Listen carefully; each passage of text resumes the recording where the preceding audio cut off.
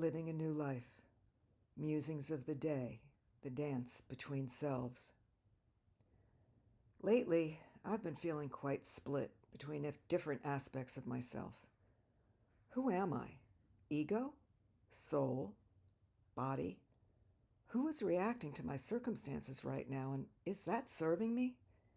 These are questions I've been asking myself because of the ways in which my emotions are running rampant. Anxiety is keeping me from rest, even though I know there's nothing to fear. Why is that? If my soul is so connected to the truth, to spirit, to my essential safety, then what is this anxiety? I've come to the realization that I'm not yet integrated in all aspects of myself. These aspects are operating separately as if they're all ingredients in a recipe not yet fully baked. My nervous system is on automatic with reactions to situations that trigger PTSD. My body's feeling one way when in my heart, I know that there is no reason for it beyond a purely chemical reaction. And my soul knows the truth and is trying to find its connection to it in the midst of chaos. Why can't my soul be in charge here instead of my ego mind?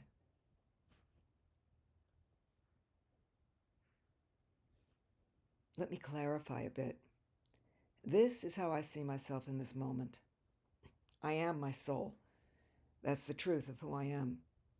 It's the pure essence of me and the me that is connected to spirit. Then there's my ego mind, the part of me that is my personality, my emotions, my thoughts and judgments. The ego mind is the part of me that says I need to be afraid, and it's the part that has ruled my life since childhood. When I feel fear, I know that my ego is controlling my reactions and my perception of reality. The third part of me is my body, the vehicle that holds my ego mind and my soul.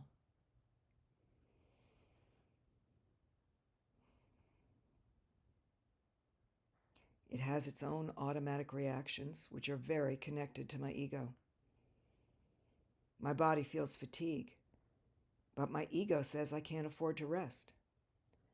My body feels pain, but my ego says to ignore it because dealing with it will hinder my goals of accomplishment. There seems to be a continual battle to see who's going to be the boss. I feel like a pinball being battered around from one to the other. This year, I've made the decision to handle certain functional medical issues that have hindered the quality of my life. This requires me to face situations that trigger fear and anxiety.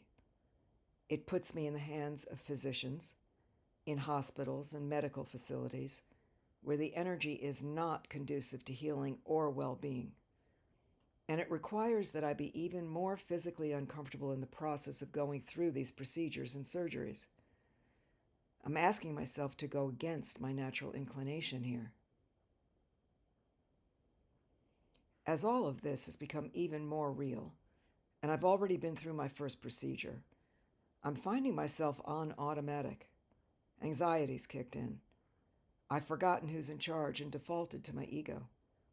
Yesterday, something clicked and my eyes opened to what I was doing. Time to restore the sovereignty of my soul.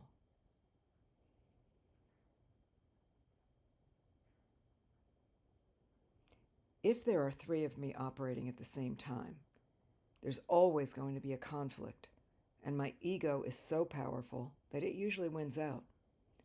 However, the shifts of the last 6 months have brought with them a new ruler, a fully embodied soul. My soul's more powerful than my ego could ever be. This is not a war with a winner and loser. It's a dance and an agreement in which I honor the value of my ego, but put it at the service of my soul.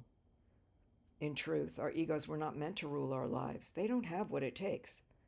Look at the wars our planet is enduring, the devastation of our Earth. That is ego-driven. Our ego minds were meant to be used by our souls, not the other way around.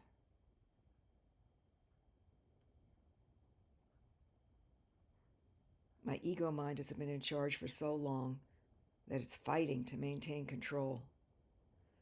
But now, with a tired body needing remedies, my soul is ready to step into the driver's seat. The requirement is to do the work of giving my soul what it needs to rule my kingdom. There will be a dance, and as ruler, my soul will need to listen to the needs of its subjects. What does my body tell me it needs? What does the ego need in order to stop triggering fear? They both need to know that they have someone they can depend on to have their backs, to give them what they need, and to keep me safe.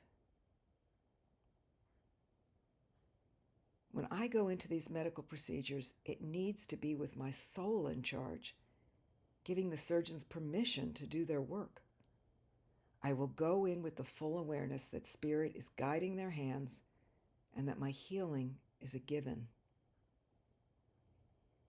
I also need to do the work of clearing the way for Spirit to protect me and guide me by putting my ego in its rightful place at the service of my soul.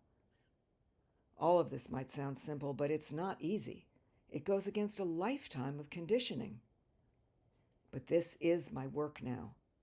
The surgeons will do their thing. My body will heal. The goals and the work I envision creating will come to pass.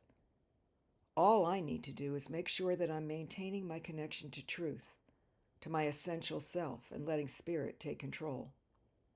In other words, get out of the way so the real powers at play can do their thing and create miracles.